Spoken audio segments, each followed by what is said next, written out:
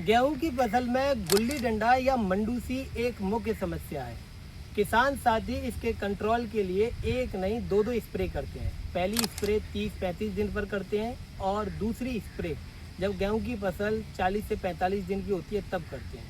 वहीं कुछ किसान साथी जितने भी टेक्निकल गुल्ली डंडे के कंट्रोल के लिए मार्केट में मौजूद हैं, उनकी डोज बढ़ाकर भी स्प्रे कर देते हैं। और पिछले कई सालों में मैंने ये भी देखा है कि जो मैट्रीव्यूजन है उसको पहली इरिगेशन जब गेहूं की फसल में करते हैं, सिंचाई करते हैं, उस समय खाद के साथ 100 से 200 ग्राम मिलाकर छिट्टा भी लगा देते हैं।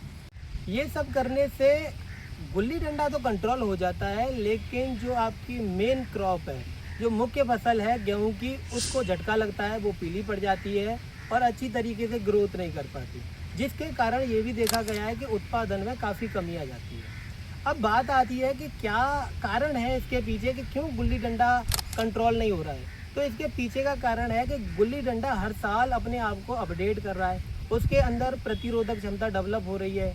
तो उस वजह से जितने भी मार्केट में टेक्निकल है उनके प्रति धीरे धीरे ये अपने अंदर प्रतिरोधक क्षमता डेवलप करता है और उनकी जो काम करने की क्षमता है वो कम हो जाती है। अब आपके मन में आ रहा होगा कि कैसे हम इसका कंट्रोल कर सकते हैं, क्या मार्केट में कोई दवाई नहीं है? तो दवाई है, लेकिन वही चीज़ है कि गुल्ली डंडा अपने आप को अपडेट कर रहा है, उस वजह से ये दवाइयाँ उतनी अच्छी तरीके से काम नहीं कर पा रही। लेकिन पर्सनली मैंने ये देखा है कि पिछले जो दवाई 4-5 साल पहले आई थी, पायरोक्सासल्फोन 85% WDG फॉर्म में आती है, ये इसने पिछले 3-4 सालों में बहुत अच्छा काम किया है और ये अभी काफ़ी पॉपुलर भी है। लेकिन कभी कभी कुछ किसान साथी ये कहते हैं कि नहीं, इसने ठीक से काम नहीं किया। तो इसके पीछे का रीज़न है कि हम इसको ठीक तरीके से प्रयोग नहीं कर पाते। तो आज के इस वीडियो में मैं बताऊंगा कि कैसे आपको इसको प्रयोग करना है, क्योंकि ये कंडीशन वाइज प्रोडक्ट है। अगर आपको इसके बारे में पूरी नॉलेज होगी कि कैसे हमें ये टेक्निकल प्रयोग में लेना है, तो आप बहुत अच्छी तरीके से इसके रिजल्ट देखेंगे।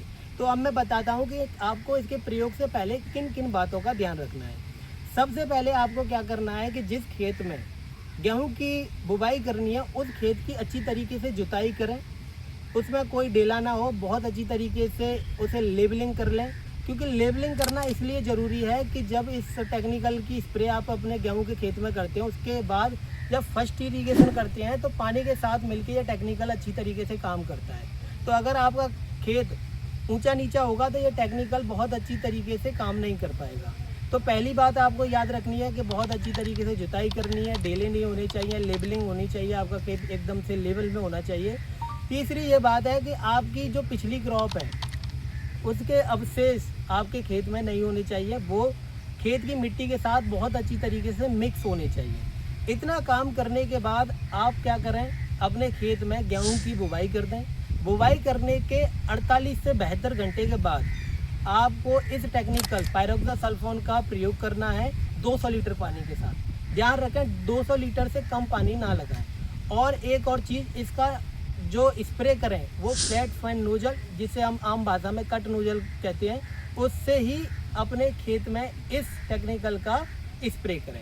इतना काम करने के बाद अब आपको लास्ट में एक बात याद रखनी है कि जब आपकी गेहूँ की फसल 20 से 21 दिन की हो जाए, उसी समय पहली इरीगेशन लगा देंगे। इतनी सारी चीज़ें अगर आप कर लोगे तो मान के चलिए आपकी फसल में 90 से 95% गुल्ली डंडे का कंट्रोल हो जाएगा।